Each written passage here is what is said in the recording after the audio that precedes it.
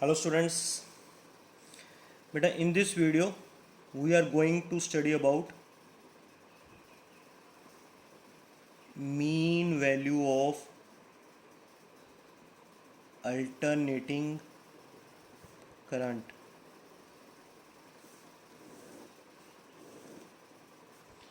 Mean value कह लो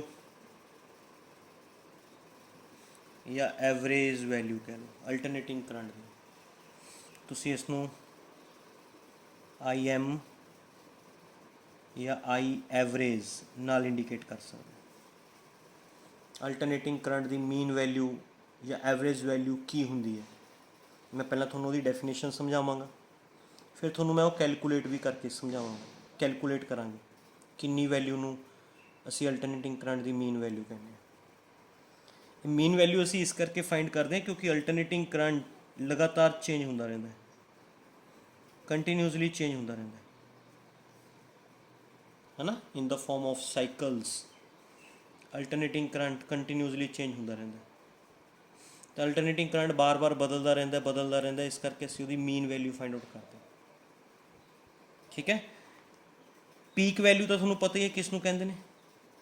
this is peak value, ਚਾਹੇ positive half cycle ਤੋਂ ਕੱਢ ਲਓ ਚਾਹੇ ਨੈਗੇਟਿਵ ਹਾਫ ਸਾਈਕਲ ਤੋਂ ਕੱਢ ਲਓ, ਪੀਕ ਵੈਲਿਊ ਹੈ ਨਾ। ਇੰਸਟੈਂਟੇਨੀਅਸ ਵੈਲਿਊ ਵੀ ਤੁਹਾਨੂੰ ਪਤਾ ਹੈ। ਹੁਣ ਆਪਾਂ ਫਾਈਂਡ ਕਰ ਰਹੇ ਮੀਨ ਵੈਲਿਊ। ਠੀਕ ਹੈ, ਅੱਛਾ ਬੇਟਾ ਸੁਣੋ, ਕੇਅਰਫੁਲੀ ਸੁਣੋ, ਅਸੀਂ ਮੀਨ ਵੈਲਿਊ ਕਿਹਦੀ ਫਾਈਂਡ ਕਰਾਂਗੇ? ਅਲਟਰਨੇਟਿੰਗ ਕਰੰਟ ਦੀ। ਅਸੀਂ ਹੈਲਪ ਲਵਾਂਗੇ ਡਾਇਰੈਕਟ ਕਰੰਟ ਦੀ। ਕਿਉਂ? ਕਿਉਂਕਿ ਡਾਇਰੈਕਟ ਕਰੰਟ ਨੂੰ ਮੇਜਰ ਕਰਨਾ ਆਸਾਨ ਹੈ। ਕਿਉਂ ਆਸਾਨ ਹੈ? ਕਿਉਂਕਿ ਡਾਇਰੈਕਟ ਕਰੰਟ ਕੀ ਰਹਿੰਦਾ? ਕੌਨਸਟੈਂਟ। ਐਗਰੀਡ। ਅਸੀਂ ਮੀਨ ਵੈਲਿਊ ਕਿਸ ਦੀ ਫਾਈਂਡ ਕਰਾਂਗੇ? Alternating current the, with the help of direct current. ਕਿਸ ਦੀ ਹੈਲਪ ਲੈ ਕੇ? ਡਾਇਰੈਕਟ ਕਰੰਟ ਦੀ ਹੈਲਪ ਲੈ ਕੇ। ਅਸੀਂ ਡਾਇਰੈਕਟ ਕਰੰਟ ਦੀ ਹੈਲਪ ਕਿਉਂ ਲੈ ਰਹੇ ਹਾਂ? ਕਿਉਂਕਿ ਡਾਇਰੈਕਟ ਕਰੰਟ ਮੇਜਰ ਕਰਨਾ ਆਸਾਨ ਹੈ। ਕਿਉਂ ਆਸਾਨ ਹੈ ਡਾਇਰੈਕਟ ਕਰੰਟ ਮੇਜਰ ਕਰਨਾ ਬੇਟਾ? Why direct current is easy to measure? Because yes ਬੇਟਾ yes, because direct current constant ਰਹਿੰਦਾ ਹੈ, ਚੇਂਜ ਨਹੀਂ ਹੁੰਦਾ। ਅਤੇ ਜਿਹੜੀ ਚੀਜ਼ ਕੌਨਸਟੈਂਟ ਰਹੇ ਉਹ ਮੇਜਰ ਕਰਨੀ ਆਸਾਨ ਹੁੰਦੀ ਹੈ। ਅਲਟਰਨੇਟਿੰਗ ਕਰੰਟ ਤਾਂ ਕਦੇ ਇਨਕਰੀਜ਼ ਹੋ ਰਿਹਾ ਹੋਏਗਾ, ਕਦੇ ਡਿਕਰੀਜ਼ ਹੋ ਰਿਹਾ ਹੋਏਗਾ, ਕਦੇ ਇਨਕਰੀਜ਼ ਹੋ ਰਿਹਾ ਹੋਏਗਾ, ਕਦੇ ਡਿਕਰੀਜ਼ ਹੋਇਆ। ਇਹਨੂੰ ਮੇਜਰ ਕਰਨਾ ਟਫ ਹੈ। ਡਾਇਰੈਕਟ ਕਰੰਟ ਨੂੰ ਮੇਜਰ ਕਰਨਾ ਆਸਾਨ ਹੈ ਨਾ। ਤਾਂ ਅਸੀਂ ਅਲਟਰਨੇਟਿੰਗ ਕਰੰਟ ਦੀ ਮੀਨ ਵੈਲਿਊ ਫਾਈਂਡ ਆਊਟ ਕਰਾਂਗੇ, but with the help of direct current. ਇਸ ਕਰਕੇ ਧਿਆਨ ਨਾਲ ਸਮਝਿਓ ਬੇਟਾ, ਮੈਂ ਪਹਿਲਾਂ ਤੁਹਾਨੂੰ ਡੈਫੀਨੇਸ਼ਨਸ ਕਲੀਅਰ ਕਰਾਂਗਾ। ਡੈਫੀਨੇਸ਼ਨ ਕਲੀਅਰ ਕਰਾਂਗਾ ਬੇਟਾ ਮੈਂ ਪਹਿਲਾਂ।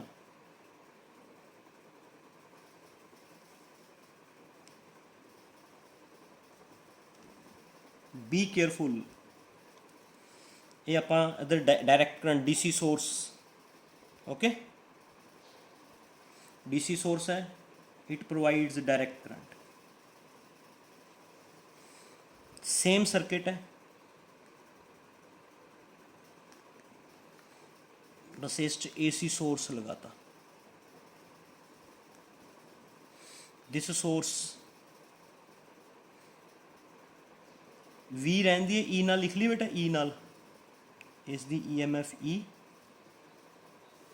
इस दी EMF E, बट इस दी EMF इक्वेशन दी फॉर्म च लिखी है। इस दा करंट I, इस दा करंट भी I, बट इस दा करंट इक्वेशन दी फॉर्म च लिखा जाएगा। This is direct EMF, constant EMF, direct current, constant current, alternating EMF, alternating current, same circuit है। पहला डेफिनेशन केयरफुली समझनी है बेटा। डेफिनेशन जे थोड़ा डेफिनेशन क्लियर हुई फिर मैं थोड़ा इसकी कैलकुलेशन करके दूंगा। ठीक है, mean value deals with flow of charge. Be careful, mean value deals with flow of charge. ये ख्याल रखियो इस चीज़ का। जी मीन वैल्यू होंगी है ना करंट की, mean value deals with flow of charge, भी कितना चार्ज फ्लो हो गया। ठीक है, तो बेटा असी मीन वैल्यू फाइंड करांगे अल्टरनेटिंग करंट की with the help of direct current. Okay, ਅਸੀਂ ਮੀਨ ਵੈਲਿਊ ਫਾਈਂਡ ਆਊਟ ਕਰਾਂਗੇ ਅਲਟਰਨੇਟਿੰਗ ਕਰੰਟ ਦੀ, ਇਸ ਦੀ ਮੀਨ ਵੈਲਿਊ ਫਾਈਂਡ ਆਊਟ ਕਰਾਂਗੇ but with the help of direct current. Means value ਕਿਸ ਨਾਲ ਡੀਲ ਕਰਦੀ ਹੈ? ਫਲੋ ਆਫ ਚਾਰਜ ਨਾਲ ਡੀਲ ਕਰਦੀ ਹੈ। ਐਂਡ ਅਸੀਂ ਮੀਨ ਵੈਲਿਊ ਹਾਫ ਸਾਈਕਲ ਤੇ ਕੱਢਾਂਗੇ। Mean value is always calculated over half cycle. Half cycle 'ਚ ਕੱਢਾਂਗੇ, ਫੁੱਲ ਸਾਈਕਲ ਤੇ ਨਹੀਂ ਕੱਢਾਂਗੇ। ਵਾਈ? ਕਿਉਂਕਿ ਫੁੱਲ ਸਾਈਕਲ ਤੇ ਮੀਨ ਵੈਲਿਊ 0 ਆਉਂਦੀ ਹੈ। On full cycle mean value comes out to be 0। ਕਿਉਂ 0 ਆਉਂਦੀ ਹੈ ਬੇਟਾ? ਜਦੋਂ ਹਾਫ ਸਾਈਕਲ ਤੇ ਕੱਢਾਂਗੇ ਤਾਂ ਲਿਮਿਟਸ ਲਵਾਂਗੇ ਹਾਫ ਸਾਈਕਲ ਦੀਆਂ, ਜਦੋਂ ਫੁੱਲ ਸਾਈਕਲ ਤੇ ਕੱਢਾਂਗੇ ਤਾਂ ਲਿਮਿਟਸ ਲਵਾਂਗੇ ਫੁੱਲ ਸਾਈਕਲ ਦੀਆਂ। ਇਹ ਜਦੋਂ ਮੈਂ ਤੁਹਾਨੂੰ ਕੈਲਕੂਲੇਟ ਕਰਕੇ ਦਿਖਾਊਂਗਾ ਨਾ, ਮੈਂ ਲਿਮਿਟਸ ਆਹ ਵਾਲੀਆਂ ਲਵਾਂਗਾ। ਜੇ ਮੈਂ ਲਿਮਿਟਸ ਆਹ ਲੈ ਲੈਂਦਾ ਫਿਰ ਮੇਰਾ ਆਨਸਰ 0 ਬਣ ਜਾਏਗਾ। ਤੁਸੀਂ ਇਹ ਖਿਆਲ ਰੱਖਿਓ ਜਦੋਂ ਮੈਂ ਕੈਲਕੂਲੇਸ਼ਨਸ ਕਰਾਂਗਾ। ਮੈਂ ਤੁਹਾਨੂੰ ਉਦੋਂ ਵੀ ਦੱਸਾਂਗਾ, ਡੋਂਟ ਵਰੀ, ਮੈਂ ਉਦੋਂ ਵੀ ਦੱਸਾਂਗਾ ਵੀ ਜੇ ਆਪਾਂ ਲਿਮਿਟਸ 0 to t ਲੈ ਲਈਏ ਦੈਟ ਮੀਨਸ ਸਾਈਕਲ ਪੂਰਾ ਹੋ ਗਿਆ ਐਂਡ ਉਹ ਰਿਜ਼ਲਟ 0 ਬਣੂਗਾ। ਦੇਖਿਓ ਮੈਂ ਤੁਹਾਨੂੰ ਸਮਝਾਵਾਂਗਾ ਉਹ ਵੀ, ਠੀਕ ਹੈ। ਤਾਂ ਮੈਂ ਤੁਹਾਨੂੰ ਜਸਟ ਹਾਲੇ ਬੇਸ ਬਣਾ ਰਿਹਾ ਬੇਟਾ, ਬੇਸ ਵੇਟ ਕਰੋ, ਮੈਂ ਡੈਫੀਨੇਸ਼ਨ ਕਲੀਅਰ ਕਰੂੰਗਾ ਪਹਿਲਾਂ, ਉਸ ਤੋਂ ਬਾਅਦ ਕੈਲਕੂਲੇਸ਼ਨ ਕਰਾਂਗਾ। ਮੈਂ ਸਿਰਫ ਬੇਸ ਬਣਾ ਰਿਹਾ।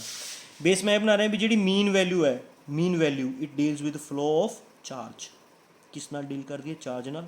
And mean value is always calculated over half cycle. Mean values can never be calculated over full cycle. ਕਿਉਂ ਨਹੀਂ ਕੈਲਕੂਲੇਟ ਕੀਤੀ ਜਾਂਦੀ? ਕਿਉਂਕਿ ਫੁੱਲ ਸਾਈਕਲ 'ਤੇ ਉਹਦੀ ਵੈਲਿਊ 0 ਆਉਂਦੀ ਹੈ। ਵੈਲਿਊ 0 ਕਿਉਂ ਆਉਂਦੀ ਹੈ? ਸੁਣੋ ਕੇਅਰਫੁਲੀ, ਵੈਲਿਊ 0 ਕਿਉਂ ਆਉਂਦੀ ਹੈ?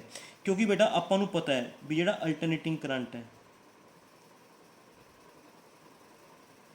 ਅਲਟਰਨੇਟਿੰਗ ਕਰੰਟ ਦੇ ਇੱਕ ਸਾਈਕਲ ਦੇ ਟਾਈਮ ਪੀਰੀਅਡ ਨੂੰ ਟੀ ਕਹਿੰਦੇ, ਹਾਫ ਸਾਈਕਲ ਦੇ ਟਾਈਮ ਪੀਰੀਅਡ ਨੂੰ t/2 ਕਹਿੰਦੇ। ਹਾਫ ਸਾਈਕਲ ਦੇ ਦੌਰਾਨ ਕਰੰਟ ਦੀ ਡਾਇਰੈਕਸ਼ਨ ਹੋਏਗੀ A to B ਵੱਲ, from 0 to t/2 current the direction ਹੋਏਗੀ A to B ਵੱਲ। But from t/2 to t current the direction reverse ਹੋ ਜਾਏਗੀ। ਇਹਦਾ ਮਤਲਬ ਵੀ 0 to t/2 'ਚ ਜਿੰਨਾ ਚਾਰਜ ਅੱਗੇ ਨੂੰ ਫਲੋ ਹੋਇਆ, ਜਿੰਨਾ ਚਾਰਜ ਫਲੋ ਹੋਇਆ ਇਨ ਫੋਰਵਰਡ ਡਾਇਰੈਕਸ਼ਨ, t/2 ਤੋਂ t ਟਾਈਮ 'ਚ ਓਨਾ ਹੀ ਚਾਰਜ ਫਲੋ ਹੋਏਗਾ ਇਨ ਰਿਵਰਸ ਡਾਇਰੈਕਸ਼ਨ, ਫਲੋ ਇਨ ਰਿਵਰਸ ਡਾਇਰੈਕਸ਼ਨ। ਸੋ ਬੇਟਾ ਓਵਰ ਫੁੱਲ ਸਾਈਕਲ ਕਿੰਨਾ ਚਾਰਜ ਫਲੋ ਹੋਇਆ? ਕਿਉਂ ਨੈਟ ਕਿੰਨਾ ਫਲੋ ਹੋਇਆ? 0। Net flow of charge 0, that's why mean value 0। ਸਮਝ ਆਇਆ ਵੀ ਮੀਨ ਵੈਲਿਊ 0 ਕਿਉਂ ਹੁੰਦੀ ਹੈ? ਮੈਂ ਤੁਹਾਨੂੰ ਕੈਲਕੂਲੇਟ ਵੀ ਕਰਕੇ ਦਿਖਾਊਂਗਾ, ਡੋਂਟ ਵਰੀ, ਮੈਂ ਤੁਹਾਨੂੰ ਕੈਲਕੂਲੇਟ ਵੀ ਕਰਕੇ ਦਿਖਾਊਂਗਾ ਬੇਟਾ। ਬਟ ਫਿਲਹਾਲ ਲੌਜਿਕ ਸਮਝ ਲਓ, logic. What is the logic? Why mean value of alternating current over full cycle is 0? Why? ਉਹ ਲੌਜਿਕ ਦੱਸ ਰਿਹਾ। ਕਨਸੈਪਚੁਅਲ ਕੁਐਸਚਨ ਦਾ ਆਨਸਰ ਦੱਸ ਰਿਹਾ ਮੈਂ ਤੁਹਾਨੂੰ ਵੀ ਅਲਟਰਨੇਟਿੰਗ ਕਰੰਟ ਦੀ ਫੁੱਲ ਸਾਈਕਲ ਤੇ ਮੀਨ ਵੈਲਿਊ ਕਿਉਂ ਨਹੀਂ ਕੱਢੀ ਜਾਂਦੀ? ਕਿਉਂ ਨਹੀਂ ਕੱਢੀ ਜਾਂਦੀ? ਕਿਉਂਕਿ ਫੁੱਲ ਸਾਈਕਲ ਤੇ ਉਹਦੀ ਵੈਲਿਊ 0 ਆਉਂਦੀ ਹੈ। ਕਿਉਂ 0 ਆਉਂਦੀ ਹੈ? Why? Because mean value deals with flow of charge. Mean value ਕਿਸ ਨਾਲ ਡੀਲ ਕਰਦੀ ਹੈ? ਵੀ ਕਿੰਨਾ ਚਾਰਜ ਫਲੋ ਹੋ ਗਿਆ, ਕਿੰਨਾ ਚਾਰਜ ਫਲੋ ਹੋ ਗਿਆ during positive half cycle. During positive half cycle charge flow ਹੋਏਗਾ ਫੋਰਵਰਡ ਡਾਇਰੈਕਸ਼ਨ 'ਚ from A to B। And during negative half cycle from t/2 to t negative half cycle charge flow ਹੋਏਗਾ ਇਨ reverse direction. ਤਾਂ ਬੇਟਾ during positive half cycle ਜਿੰਨਾ charge forward direction 'ਚ flow ਹੋ ਗਿਆ, during negative cycle ਓਨਾ ਹੀ charge reverse direction 'ਚ flow ਹੋ ਜਾਏਗਾ। ਤਾਂ ਓਵਰ ਦਾ ਫੁੱਲ ਸਾਈਕਲ, ਪੂਰੇ ਸਾਈਕਲ ਦੇ ਦੌਰਾਨ ਨੈਟ ਫਲੋ ਆਫ ਚਾਰਜ 0 ਹੋ ਗਿਆ, ਕਿਉਂਕਿ ਜਿੰਨਾ ਚਾਰਜ ਪੋਜ਼ਿਟਿਵ ਸਾਈਕਲ ਦੇ ਦੌਰਾਨ ਅੱਗੇ ਨੂੰ ਗਿਆ ਸੀ ਓਨਾ ਹੀ ਚਾਰਜ ਨੈਗੇਟਿਵ ਸਾਈਕਲ ਦੇ ਦੌਰਾਨ ਪਿੱਛੇ ਨੂੰ ਆ ਗਿਆ। ਐਗਰੀਡ? ਜਿੰਨਾ ਚਾਰਜ ਪੋਜ਼ਿਟਿਵ ਸਾਈਕਲ ਦੇ ਦੌਰਾਨ ਅੱਗੇ ਨੂੰ ਗਿਆ ਸੀ ਓਨਾ ਹੀ ਚਾਰਜ ਨੈਗੇਟਿਵ ਸਾਈਕਲ ਦੇ ਦੌਰਾਨ ਪਿੱਛੇ ਨੂੰ ਆ ਗਿਆ। ਤਾਂ net flow of charge over full cycle net flow of charge ਕਿੰਨਾ ਬਣਿਆ? 0। ਇਸ ਕਰਕੇ ਅਲਟਰਨੇਟਿੰਗ ਕਰੰਟ ਦੀ ਮੀਨ ਵੈਲਿਊ 0 ਹੁੰਦੀ ਹੈ। ਤਾਂ ਜਦੋਂ ਮੈਂ ਕੈਲਕੂਲੇਸ਼ਨਸ ਕਰਾਂਗਾ ਤਾਂ ਮੈਂ ਹਾਫ ਸਾਈਕਲ ਦਾ ਟਾਈਮ ਲਊਂਗਾ। ਮੀਨ ਵੈਲਿਊ ਹਾਫ ਸਾਈਕਲ 'ਤੇ ਹੀ ਕੈਲਕੂਲੇਟ ਹੁੰਦੀ ਹੈ। ਕਲੀਅਰ ਬੇਟਾ? ਸਮਝ ਆਇਆ ਇੰਨਾ ਕੰਸੈਪਟ? ਅੱਛਾ ਹੁਣ ਡੈਫੀਨੇਸ਼ਨ ਕਲੀਅਰ ਕਰਦਾ। ਮੈਂ ਤੁਹਾਨੂੰ ਪਹਿਲਾਂ ਹੀ ਦੱਸ ਚੁੱਕਿਆ ਵੀ ਅਸੀਂ ਅਲਟਰਨੇਟਿੰਗ ਕਰੰਟ ਦੀ ਮੀਨ ਵੈਲਿਊ ਫਾਈਂਡ ਆਊਟ ਕਰਾਂਗੇ, ਬਟ ਇਹ ਕਰੰਟ ਮੇਜਰ ਕਰਨਾ ਡਿਫਿਕਲਟ ਹੈ। ਅਸੀਂ ਅਲਟਰਨੇਟਿੰਗ ਕਰੰਟ ਦੀ ਮੀਨ ਵੈਲਿਊ ਫਾਈਂਡ ਆਊਟ ਕਰਾਂਗੇ with the help of direct current. ਸੁਣੋ ਕਿਵੇਂ, ਕਹਿੰਦੇ ਜਿੰਨੇ ਟਾਈਮ 'ਚ, ਕਿੰਨੇ ਟਾਈਮ 'ਚ ਬੇਟਾ, ਹਾਫ ਸਾਈਕਲ 'ਚ, ਹਾਫ ਸਾਈਕਲ ਦੇ ਟਾਈਮ 'ਚ ਜਿੰਨਾ ਚਾਰਜ ਕਿਸੇ ਸਰਕਿਟ 'ਚੋਂ ਅਲਟਰਨੇਟਿੰਗ ਕਰੰਟ ਸੈਂਡ ਕਰਦਾ ਹੈ, ਹਾਫ ਸਾਈਕਲ ਦੇ ਟਾਈਮ 'ਚ ਕਿਸੇ ਸਰਕਿਟ 'ਚੋਂ ਜਿੰਨਾ ਚਾਰਜ ਇੱਕ ਅਲਟਰਨੇਟਿੰਗ ਕਰੰਟ ਸੈਂਡ ਕਰਦਾ ਹੈ, ਓਨੇ ਹੀ ਟਾਈਮ 'ਚ, ਹਾਫ ਸਾਈਕਲ ਦੇ ਟਾਈਮ 'ਚ ਹੀ same amount of charge same circuit 'ਚੋਂ ਜਿੰਨਾ ਇੱਕ ਡਾਇਰੈਕਟ ਕਰੰਟ ਸੈਂਡ ਕਰੇਗਾ, direct current, that value of direct current is known as alternating current the mean value। ਮੈਨੂੰ ਪਤਾ ਹੈ ਪਹਿਲੀ ਵਾਰ 'ਚ ਇਹ ਡੈਫੀਨੇਸ਼ਨ ਸਮਝ ਨਹੀਂ ਆਉਂਦੀ, ਇਹ ਡੈਫੀਨੇਸ਼ਨ 4 ਜਾਂ 5 ਵਾਰ ਅਗਰ ਮੈਂ ਰਿਪੀਟ ਕਰੂੰਗਾ ਨਾ ਫਿਰ ਜਾ ਕੇ ਤੁਹਾਡੇ ਪੱਲੇ ਪਏਗੀ। ਇਹ ਡੈਫੀਨੇਸ਼ਨ ਤੁਹਾਡੇ ਸਮਝ ਆ ਜਾਏ, ਮੈਂ ਇਸ ਕਰਕੇ ਆ ਸਾਰਾ ਬੇਸ ਕਲੀਅਰ ਕੀਤਾ ਹੈ। ਬੇਸ ਇੱਕ ਪਹਿਲਾ ਪੁਆਇੰਟ ਤਾਂ ਇੱਥੇ ਵੀ, ਇੱਥੇ ਟਾਈਮ ਪੀਰੀਅਡ 0 to t ਨਹੀਂ ਲੈਣਾ, ਫੁੱਲ ਸਾਈਕਲ ਦਾ ਟਾਈਮ ਨਹੀਂ ਲੈਣਾ। ਕਿਉਂ ਨਹੀਂ ਲੈਣਾ? ਕਿਉਂਕਿ ਫੁੱਲ ਸਾਈਕਲ ਦਾ ਟਾਈਮ ਤੇ ਲਓਗੇ ਤਾਂ ਤੁਹਾਡੀ ਮੀਨ ਵੈਲਿਊ 0 ਆਏਗੀ। ਕਿਉਂ 0 ਆਏਗੀ ਮੈਂ ਤੁਹਾਨੂੰ ਸਾਰਾ ਸਮਝਾਤਾ ਕਿਉਂ 0 ਆਏਗੀ। ਤਾਂ ਵੀ ਪੁਆਇੰਟ, ਇਹ ਪੁਆਇੰਟ ਕਲੀਅਰ ਵੀ ਇੱਥੇ ਸਾਈਕਲ ਦਾ ਜਿਹੜਾ ਟਾਈਮ ਲੈਣਾ ਫੁੱਲ ਸਾਈਕਲ ਦਾ ਨਹੀਂ ਲੈਣਾ, ਹਾਫ ਸਾਈਕਲ ਦਾ ਲੈਣਾ। ਜਿੰਨਾ ਟਾਈਮ ਇੱਧਰ ਲੈਣਾ ਬੇਟਾ ਉਨਾ ਹੀ ਟਾਈਮ ਇੱਧਰ ਲੈਣਾ, ਜਿੰਨਾ ਚਾਰਜ ਇੱਧਰ ਲੈਣਾ ਉਨਾ ਹੀ ਚਾਰਜ ਇੱਧਰ ਲੈਣਾ। ਜਿਹੜਾ ਸਰਕਿਟ ਇੱਧਰ ਹੈ, ਜਿੰਨੀ ਰਜਿਸਟੈਂਸ ਇੱਧਰ ਹੈ ਉਹੀ ਸਰਕਿਟ ਇੱਧਰ ਲੈਣਾ, ਉਨੀ ਰਜਿਸਟੈਂਸ ਇੱਧਰ ਲੈਣੀ। ਸਮਝ ਗਏ? ਮਤਲਬ ਹਾਫ ਸਾਈਕਲ ਦੇ ਟਾਈਮ 'ਚ, ਹਾਫ ਸਾਈਕਲ ਦੇ ਟਾਈਮ 'ਚ ਜਿੰਨਾ ਚਾਰਜ ਕਿਸੇ ਸਰਕਿਟ 'ਚੋਂ ਅਲਟਰਨੇਟਿੰਗ ਕਰੰਟ ਸੈਂਡ ਕਰੇਗਾ, ਓਨੇ ਹੀ ਟਾਈਮ 'ਚ ਓਨਾ ਹੀ ਚਾਰਜ ਉਸੇ ਸਰਕਿਟ 'ਚੋਂ ਜਿੰਨੀ ਇੱਕ ਡਾਇਰੈਕਟ ਕਰੰਟ ਦੀ ਵੈਲਿਊ ਸੈਂਡ ਕਰੇਗੀ, that value of direct current ਨੂੰ ਅਸੀਂ ਅਲਟਰਨੇਟਿੰਗ ਕਰੰਟ ਦੀ ਕੀ ਬੋਲਾਂਗੇ? ਮੀਨ ਵੈਲਿਊ। ਹੁਣ ਤੁਸੀਂ ਕਹੋਗੇ ਸਰ ਅਸੀਂ ਡੈਫੀਨੇਸ਼ਨ ਕਿਵੇਂ ਯਾਦ ਕਰੀਏ? ਸੁਣੋ, ਉਰੋਂ ਸਟਾਰਟ ਕਰੋ। ਮੀਨ ਵੈਲਿਊ ਆਫ ਅਲਟਰਨੇਟਿੰਗ ਕਰੰਟ, ਸੁਣੋ ਇੱਧਰ ਦੇਖੋ ਮੈਂ ਲਿਖ ਵੀ ਰਿਹਾ ਨਾਲ ਨਾਲ, ਵਿਜ਼ੀਬਲ? ਓਕੇ ਦੇਖੋ ਧਿਆਨ ਨਾਲ। Mean value of alternating current is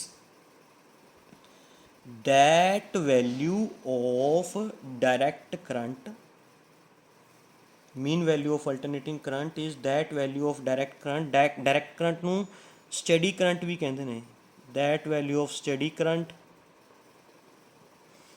ਇਸ ਨੂੰ constant current ਵੀ ਕਹਿੰਦੇ ਨੇ। So mean value of alternating current is that value of direct current which sends the same charge through same circuit in same time as sent by alternating current during half cycle। ਧਿਆਨ ਨਾਲ ਸਮਝੋ ਇਸ definition ਨੂੰ, ਇੱਕ ਜਾਂ ਦੋ ਵਾਰ 'ਚ ਆਪਾਂ ਰਿਪੀਟ ਕਰਾਂਗੇ ਨਾ ਤਾਂ ਤੁਹਾਨੂੰ ਸਮਝ ਆ ਜਾਏਗੀ। ਲਿਸਨ carefully. Mean value of alternating current, ਇਹ ਜਿਹੜੀ ਵੈਲਿਊ ਆਈ ਹੈ ਨਾ ਬੇਟਾ, ਇਹ ਅਲਟਰਨੇਟਿੰਗ ਕਰੰਟ ਦੀ ਮੀਨ ਵੈਲਿਊ ਹੈ। ਮੈਂ ਤੁਹਾਨੂੰ ਪਹਿਲਾਂ ਹੀ ਦੱਸਿਆ ਸੀ ਨਾ ਵੀ ਮੈਂ ਕਿਸ ਦੀ ਮੀਨ ਵੈਲਿਊ ਫਾਈਂਡ ਕਰਾਂਗਾ? ਅਲਟਰਨੇਟਿੰਗ ਕਰੰਟ ਦੀ ਮੀਨ ਵੈਲਿਊ ਫਾਈਂਡ ਕਰਾਂਗਾ। ਇਹ ਅਲਟਰਨੇਟਿੰਗ ਕਰੰਟ ਹੈ ਨਾ, ਮੈਂ ਅਲਟਰਨੇਟਿੰਗ ਕਰੰਟ ਦੀ ਮੀਨ ਵੈਲਿਊ ਫਾਈਂਡ ਕਰਾਂਗਾ with the help of direct current. ਦੱਸਿਆ ਸੀ ਕਿ ਨਹੀਂ ਦੱਸਿਆ ਸੀ? ਅਸੀਂ ਡਾਇਰੈਕਟ ਕਰੰਟ ਦੀ ਹੈਲਪ ਕਿਉਂ ਲੈ ਰਹੇ ਹਾਂ ਇਹ ਵੀ ਦੱਸਿਆ ਸੀ। ਕਿਉਂ ਲੈ ਰਹੇ ਬੇਟਾ? ਕਿਉਂਕਿ ਡਾਇਰੈਕਟ ਕਰੰਟ ਕੌਨਸਟੈਂਟ ਕਰੰਟ ਹੈ, ਇਹਨੂੰ ਮੇਜਰ ਕਰਨਾ ਈਜ਼ੀ ਹੈ। Direct current is a constant current which can easily measure ਕਰ ਸਕਦੇ, ਇਸ ਕਰਕੇ ਅਸੀਂ ਇਹਦੀ ਹੈਲਪ ਲੈ ਰਹੇ ਹਾਂ।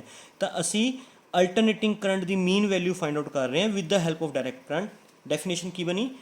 ਮੀਨ value of alternating current is that value of direct current, direct current ਦੀ ਉਹ ਵੈਲਿਊ ਨੂੰ ਅਲਟਰਨੇਟਿੰਗ ਕਰੰਟ ਦੀ ਮੀਨ ਵੈਲਿਊ ਕਰਵਾਵਾਂਗੇ ਜਿਹੜੀ which sends the same amount of charge through same circuit in same time as sent by alternating current during half cycle।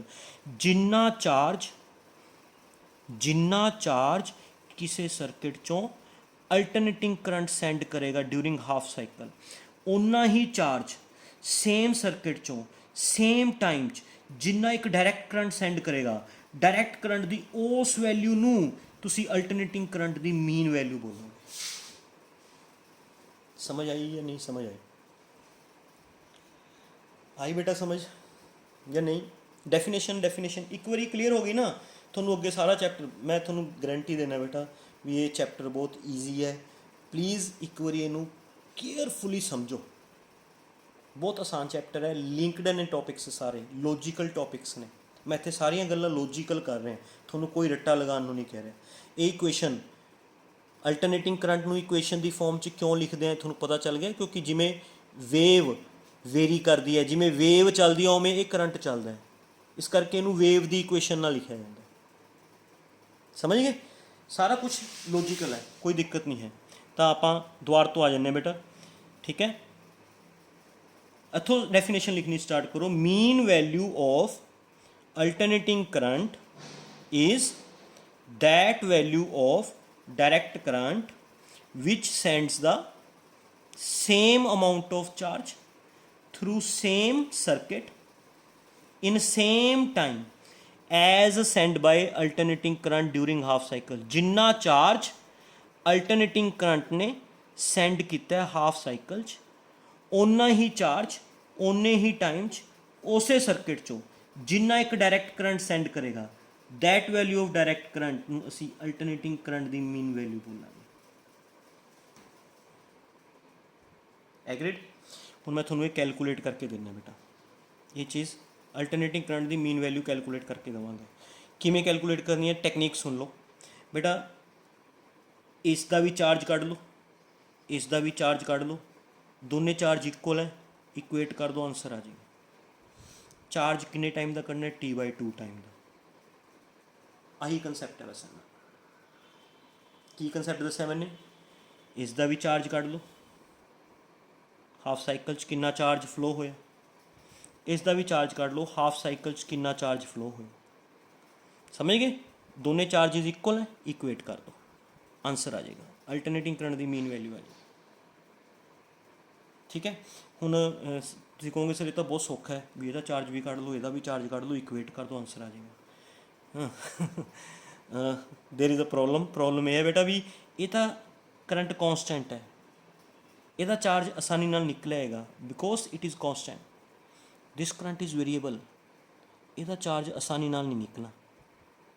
ये current variable है, इस करके थोनों पहला ਇਹਦਾ चार्ज स्मॉल चार्ज करना पेगा, स्मॉल टाइम dt सेकेंड्स का, है ना। फिर टोटल चार्ज फाइंड आउट करने वास्ते इंटैग्रेट करना पेगा इस लिमिट च। जिमें वर्क डन का नहीं कंसैप्ट होंदा, वर्क डन का बेटा, वर्क डन का याद है कंसैप्ट भी, जे फोर्स कॉन्सटेंट होवे, इफ फोर्स इज कॉन्सटेंट, फिर असी वर्क डन का सीधा फार्मूला लगा देंगे, है ना बेटा। But if force is variable, J force variable होवे तो पहला असी आही फार्मूला लगा के स्मॉल वर्क डन कढ़ दें, फिर टोटल वर्क डन कढ़न वास्ते इंटैग्रेट कर दें, प्रोसैस बढ़ गया ना। ਉਹੀ कंसैप्ट मैं बोल रहा है भी ये जिहड़ा चार्ज है इस करंट, ये करंट कॉन्सटेंट है, करंट कॉन्सटेंट है तो तुसी चार्ज का फार्मूला लगा के डायरैक्ट करंट फाइंड आउट कर, चार्ज फाइंड आउट कर सकते, सीधा चार्ज फाइंड आउट निकलेगा। बट ये जिहड़ा करंट है वेरीएबल है ना, पहला ਇਹਦਾ स्मॉल चार्ज कढ़ांगे, फिर टोटल चार्ज फाइंड आउट करेंगे। ठीक है। तो बेटा लिसन केयरफुली, इत्थों मैं कैलकुलेशन कर रहा डायरैक्ट करंट तो, एंड अदर कैलकुलेशन कर रहा मैं अल्टरनेटिंग करंट तो। पहला इधरों चार्ज फाइंड आउट कर लो, इधरों, है ना। करंट का फार्मूला होंदा चार्ज अपॉन टाइम, जे चार्ज फाइंड आउट करना है करंट इनटू टाइम, कितना चार्ज क्यू, कितना करंट आई, इस करंट में असीं की बोलांगे अल्टरनेटिंग करंट की मीन वैल्यू, टाइम कितना T/2। बहुत आसान है ना बेटा। ये चार्ज असीं डायरैक्ट करंट तो फाइंड आउट कर लिया, आ होगी वो करंट की वैल्यू, जिन्नी वैल्यू होएगी उस वैल्यू में असीं मीन वैल्यू कहांगे ना, तो इनू IM ले ले, है ना। जिन्ना ये करंट होएगा दैट इज़ IM। टाइम कितना बेटा T/2, इन्ना करंट है ਇੰਨਾ ਟਾਈਮ ਹੈ, ਕਰੰਟ ਨੂੰ ਟਾਈਮ ਨਾਲ ਮਲਟੀਪਲਾਈ ਕਰਕੇ ਚਾਰਜ ਫਾइंड आउट ਕਰ ਲੈ। ਈਜ਼ੀਲੀ ਫਾइंड आउट ਹੋ ਗਿਆ। ਕਿਉਂ ਈਜ਼ੀਲੀ ਫਾइंड आउट ਹੋ ਗਿਆ? ਕਿਉਂਕਿ ਕੌਨਸਟੈਂਟ ਸੀਗਾ। ਓਕੇ, ਇਸੇ ਕਰਕੇ ਤਾਂ ਇਹਦੀ ਹੈਲਪ ਲਿੱਤੀ ਹੈ ਵੀ ਇਹ ਕੌਨਸਟੈਂਟ ਹੈ, ਇਹਨੂੰ ਅਸੀਂ ਈਜ਼ੀਲੀ ਮੇਜਰ ਕਰ ਸਕਦੇ ਹਾਂ, ਹੈ ਨਾ, ਇਸ ਕਰਕੇ ਇਹਦੀ ਹੈਲਪ ਲਿੱਤੀ ਹੈ। ਓਕੇ, ਹੁਣ ਇਹਦੀ it is variable from AC, alternating current is variable, ਹੈ ਨਾ। ਤਾਂ ਤੁਸੀਂ ਡਾਇਰੈਕਟ ਫਾਰਮੂਲਾ ਨਹੀਂ, ਪਹਿਲਾਂ ਸਮੋਲ ਚਾਰਜ ਕੱਢਣਾ ਪਏਗਾ। Small charge flow in time dt seconds, dt seconds ਦਾ ਚਾਰਜ ਫਾइंड आउट करो, ਆਹੀ ਫਾਰਮੂਲਾ ਲਗਾ ਕੇ। करंट I एंड टाइम कितना बेटा dt सेकेंड्स। करंट आह फार्मूला लगाया बेटा मैंने, आही charge small charge find out किया in time dt seconds. I की वैल्यू पुट कर दो इतों,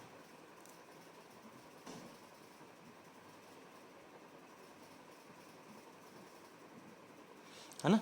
टोटल चार्ज कितना फ्लो होया, total charge flow in half cycle, full cycle नहीं हाफ साइकिल। हाफ साइकिल है तो असी लिमिट्स पुट करांगे। टोटल चार्ज फाइंड आउट करना है,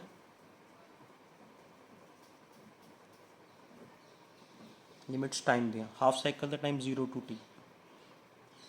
जे किसी ने फुल साइकिल ते करना बेटा, तुसी घरे बैठ के ट्राई कर सकते हो। फुल साइकिल ते करना तो इतने लिमिट्स कितने पुट कर दोगे 0 to t।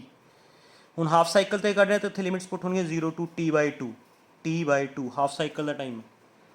जिन्हें फुल साइकिल ਤੇ ਕੱਢਣਾ ਹੋਵੇ ਸਰ ਵੀ ਅਸੀਂ ਕੈਲਕੂਲੇਟ ਕਰਕੇ ਦੇਖ ਲਈ ਮੀਨ ਵੈਲਿਊ ਫੁੱਲ ਸਾਈਕਲ ਤੇ, ਕਈਆਂ ਦੇ ਦਿਮਾਗ 'ਚ ਆ ਜਾਂਦਾ ਹੁੰਦਾ ਵੀ ਸਰ ਅਸੀਂ ਮੀਨ ਵੈਲਿਊ ਕੈਲਕੂਲੇਟ ਕਰਕੇ ਦੇਖੀਏ ਫੁੱਲ ਸਾਈਕਲ ਤੇ 0 ਆਉਂਦੀ ਹੈ ਕਿ ਨਹੀਂ, ਉਹ ਕੈਲਕੂਲੇਟ ਕਰਕੇ ਦੇਖ ਲਿਓ।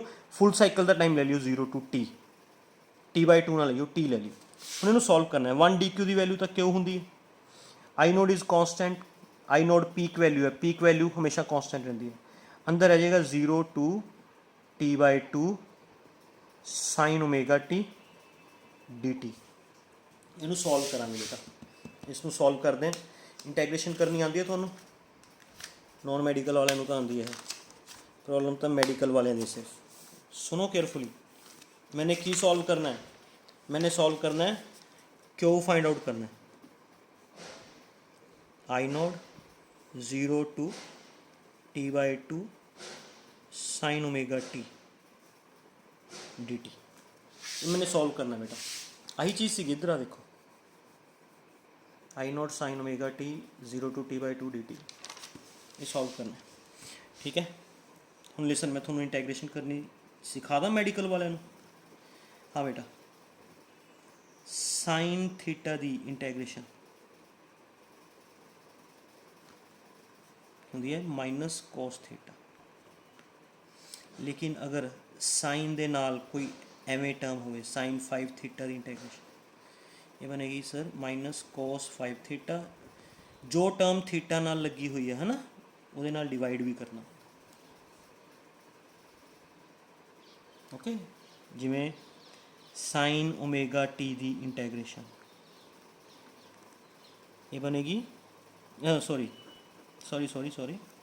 साइन टी की इंटैग्रेशन बनेगी cos t minus cos t and sine omega t की इंटैग्रेशन बनेगी minus cos omega t. T दे नाल जो टर्म लगी हुई है वो डिवाइड भी करना। ये रूल होंदा बेटा भी जो एंगल नाल टर्म लगी होवे ਉਹਦੇ ਨਾਲ डिवाइड भी करना होंगे। समझ गए? ये कंसैप्ट लगाओ, ध्यान ना समझो, बहुत ईजी है बेटा। I nought sine omega t की integration minus cos omega t, t दे नाल की लगा ओमेगा नाल डिवाइड, माइनस बाहर काट लो, ओमेगा बाहर काट लो,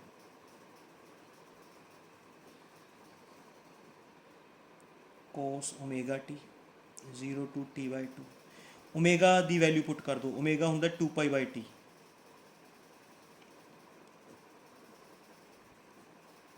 ओमेगा होंगे ना बेटा 2π/t, है ना। मैं वैल्यू पुट कर दी बाहर भी, अंदर भी लिमिट्स पुट करते हैं, टी ऊपर चला जाएगा। थोड़ा सॉल्व करते हैं आप, cos 2π/t स्मॉल टी दिएगा पहला upper limit minus cos 2π/t small t दिएगा लोअर लिमिट। एग्रीड?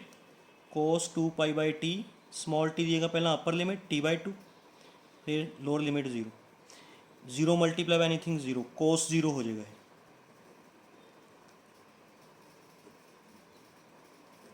ये टी नाल टी कटेगा, 2 नाल 2 कटेगा, ये बन जाएगा cos π माइनस cos 0। हाँ बेटा, cos π होंगे -1, cos 0 होंगे 1, -1 -1 -2, माइनस ना माइनस कैंसल, 2 नाल 2 कैंसल, चार्ज आ जाएगा I0 t/π।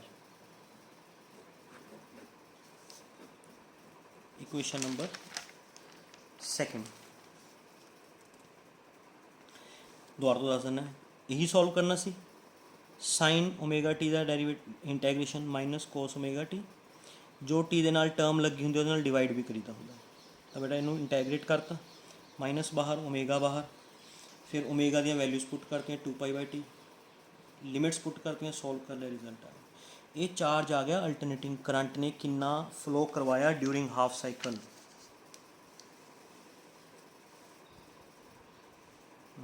विजिबल? ओके, ये वो चार्ज आ गया बेटा जिहड़ा अल्टरनेटिंग करंट ने प्रोड्यूस कराया ड्यूरिंग हाफ साइकिल।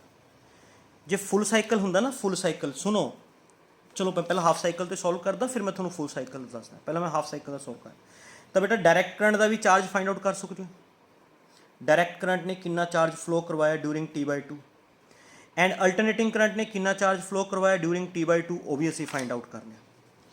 ठीक है, दोनों चार्जेस इक्वेट कर दो, इक्वेटिंग 1 एंड 2।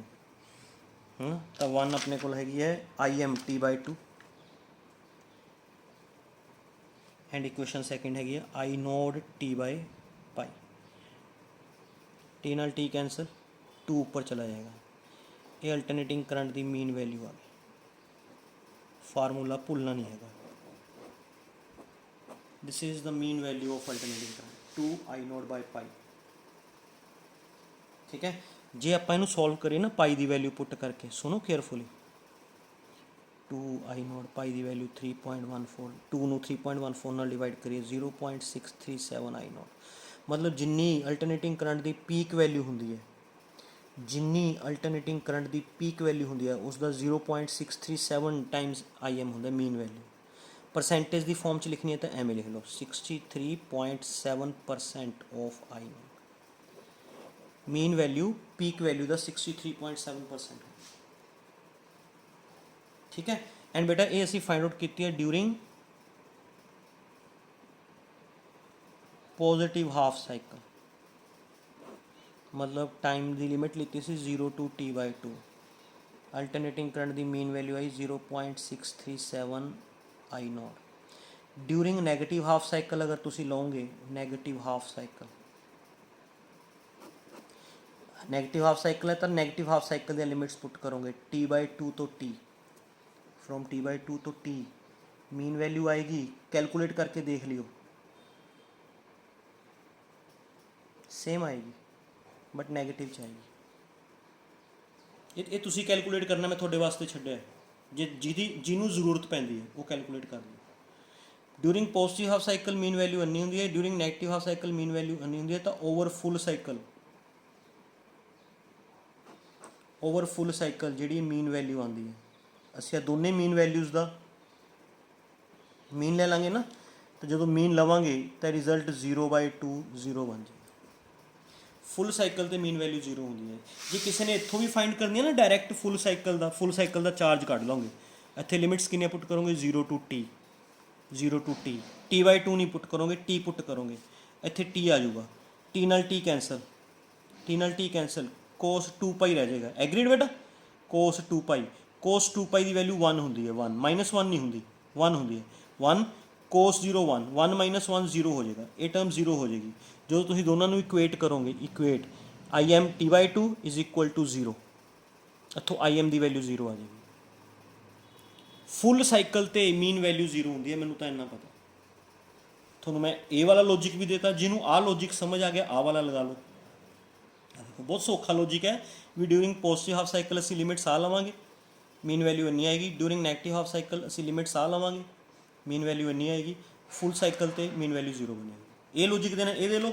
ਆਹ ਦੇਖੋ ਕਿੰਨਾ ਸੋਹਣਾ ਲੌਜਿਕ ਸਮਝਾਇਆ ਤੁਹਾਨੂੰ ਇਹ ਵੀ during positive cycle, during positive half cycle ਜਿੰਨਾ ਚਾਰਜ ਫੋਰਵਰਡ ਡਾਇਰੈਕਸ਼ਨ 'ਚ ਫਲੋ ਕਰਦਾ ਹੈ, ਡਿਊਰਿੰਗ ਨੈਗੇਟਿਵ ਸਾਈਕਲ ਉਨਾ ਹੀ ਚਾਰਜ ਬੈਕਵਰਡ ਡਾਇਰੈਕਸ਼ਨ 'ਚ ਫਲੋ ਕਰਦਾ ਹੈ। ਤਾਂ over full cycle net flow of charge ਕਿੰਨਾ ਹੋਇਆ? ਜ਼ੀਰੋ, ਕਿਉਂਕਿ ਜਿੰਨਾ ਚਾਰਜ ਅੱਗੇ ਗਿਆ ਸੀ ਉਨਾ ਹੀ ਵਾਪਿਸ ਆ ਗਿਆ। ਤਾਂ ਨੈਟ ਫਲੋ ਆਫ ਚਾਰਜ ਕਿੰਨਾ ਬਣ ਗਿਆ? ਜ਼ੀਰੋ। ਮੀਨ ਵੈਲਿਊ ਜ਼ੀਰੋ ਆ ਗਈ। Mean value always deals with flow of charge, be careful about that point. Mean value deals with flow of charge and always calculated over half cycle. ਠੀਕ ਹੈ, ਅਸੀਂ mean value ਕਿਹਦੀ find out ਕੀਤੀ ਹੈ ਬੇਟਾ? Alternating current ਦੀ। ਕਿਹਦੀ help ਲੈ ਕੇ? ਡਾਇਰੈਕਟ ਕਰੰਟ ਦੀ ਹੈਲਪ ਲੈ ਕੇ। Why? Because direct current measure ਕਰਨਾ ਆਸਾਨ ਹੈ। ਡੈਫੀਨੇਸ਼ਨ ਸਮਝ ਆ ਗਈ ਸੀ? ਡੈਫੀਨੇਸ਼ਨ ਸਮਝ ਆ ਗਈ ਸੀ ਬੇਟਾ? ਜਿੰਨਾ ਚਾਰਜ ਇੱਕ ਅਲਟਰਨੇਟਿੰਗ ਕਰੰਟ ਸੈਂਡ ਕਰੇਗਾ ਡਿਊਰਿੰਗ ਹਾਫ ਸਾਈਕਲ, ਉਨਾ ਹੀ ਚਾਰਜ ਉਸੇ ਸਰਕਿਟ 'ਚੋਂ ਉਨੇ ਹੀ ਟਾਈਮ 'ਚ ਜਿੰਨਾ ਇੱਕ ਡਾਇਰੈਕਟ ਕਰੰਟ ਸੈਂਡ ਕਰੇਗਾ, that value of direct current is non as mean value of alternating current. Agreed beta? So this is about mean value of alternating current. Okay, and ये alternating current ਦੀ mean value होगी। remaining ਆਪਾਂ next video 'ਚ discuss ਕਰਦੇ ਹਾਂ ਬੇਟਾ ਫਿਰ। okay, ਐਵੇਂ ਆਪਾਂ ਜਿਵੇਂ alternating current ਦੀ mean value find out ਕੀਤੀ ਹੈ ਨਾ, ਉਵੇਂ ਬੇਟਾ alternating EMF ਦੀ mean value find out ਕਰਾਂਗੇ। mean value of alternating EMF ਤੇ ਯਾਦ ਰੱਖਿਓ ਫਾਰਮੂਲਾ mean value ਦਾ। okay, ਪੀਕ ਵੈਲਿਊ ਦਾ 63.7% ਹੁੰਦੀ ਹੈ ਮੀਨ ਵੈਲਿਊ, ਜਾਂ ਫਾਰਮੂਲਾ ਯਾਦ ਰੱਖਿਓ 2I0/π। ਕਲੀਅਰ?